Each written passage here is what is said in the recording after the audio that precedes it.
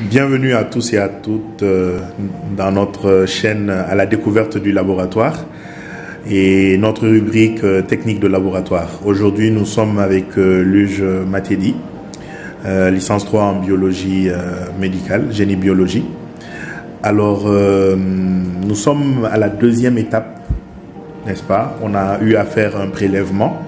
Maintenant, Luge va nous expliquer, après avoir fait le prélèvement, qu'est-ce que nous faisons après 10 à 15 minutes après le prélèvement. Vous avez la parole. Voilà, donc après avoir fait le prélèvement, comme l'a si bien dit le docteur tout à l'heure, il faut attendre 10 à 15 minutes, le temps de faire reposer les positions du tube. Et il faut savoir qu'en biochimie, pour pouvoir faire le dosage, on a besoin du sérum ou du plasma. Mais on constate qu'après les prélèvements, on ne voit pas déjà le sérum apparaître. On voit juste 1 kg de sang visible. Du coup, pour ce faire, on a besoin de centrifuger les tubes. Et pour cela, on utilise la centrifugeuse.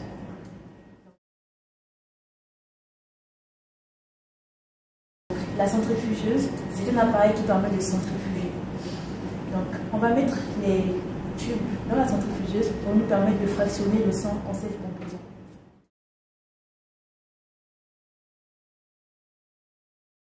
Donc, après avoir centrifugé, on aura deux résultats.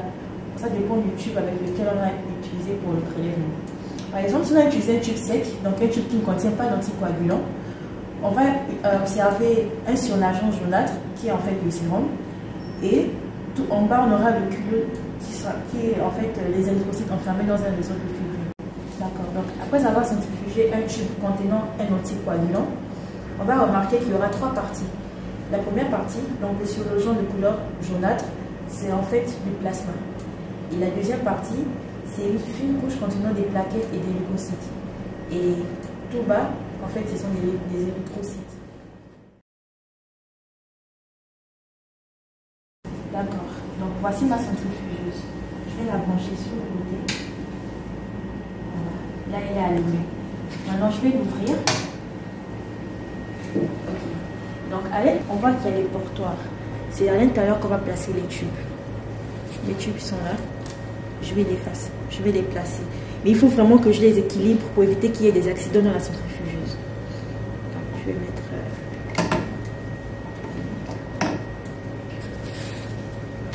les tubes secs, je vais les mettre comme ça. Là, mes tubes sont bien équilibrés. Lorsque la centrifugeuse sera en place, je suis sûre qu'il n'y aurait pas d'accident. Maintenant, je vais refermer la centrifugeuse. Et je vais l'assurer de bien la fermer. Et maintenant, je vais la mettre en marche pour 5 minutes. Pendant 5 minutes, mes tubes seront prêts.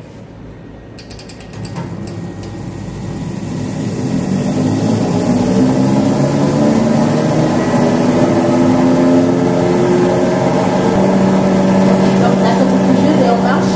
Les tubes sont en train de tomber à l'intérieur. Mes 5 minutes sont écoulées, la centrifugeuse s'est elle-même éteinte. Maintenant, je vais ouvrir pour pouvoir récupérer les tubes centrifugés. Je vais me servir de la pince pour pouvoir sortir les tubes.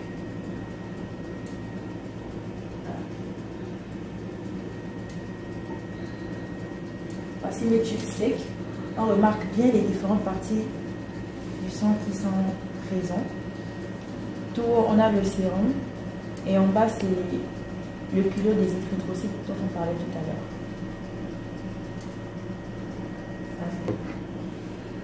Maintenant, je vais sortir les tubes gris.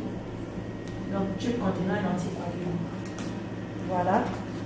On voit bien ici le plasma. Et là, il y a une fibre couche donc, qui est composée des leucocytes et des plaquettes. Et en bas, c'est les érythrocytes. Mes tubes sont prêts pour faire des analyses biochimiques ou sérologiques. Merci beaucoup, Luge, pour cette présentation par rapport à la centrifugation. Alors, comme elle l'a dit, hein, on ne peut pas faire de biochimie sans pour autant avoir le sérum ou le plasma. Donc, actuellement, grâce à la après avoir centrifugé, elle a pu justement séparer les constituants du sang. Et actuellement, Elle pourra travailler sur le sérum.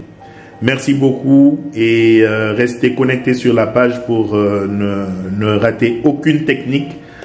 Très prochainement, vous allez avoir d'autres techniques très intéressantes que nous allons partager avec vous sur cette page. Abonnez-vous, partagez, likez et à bientôt.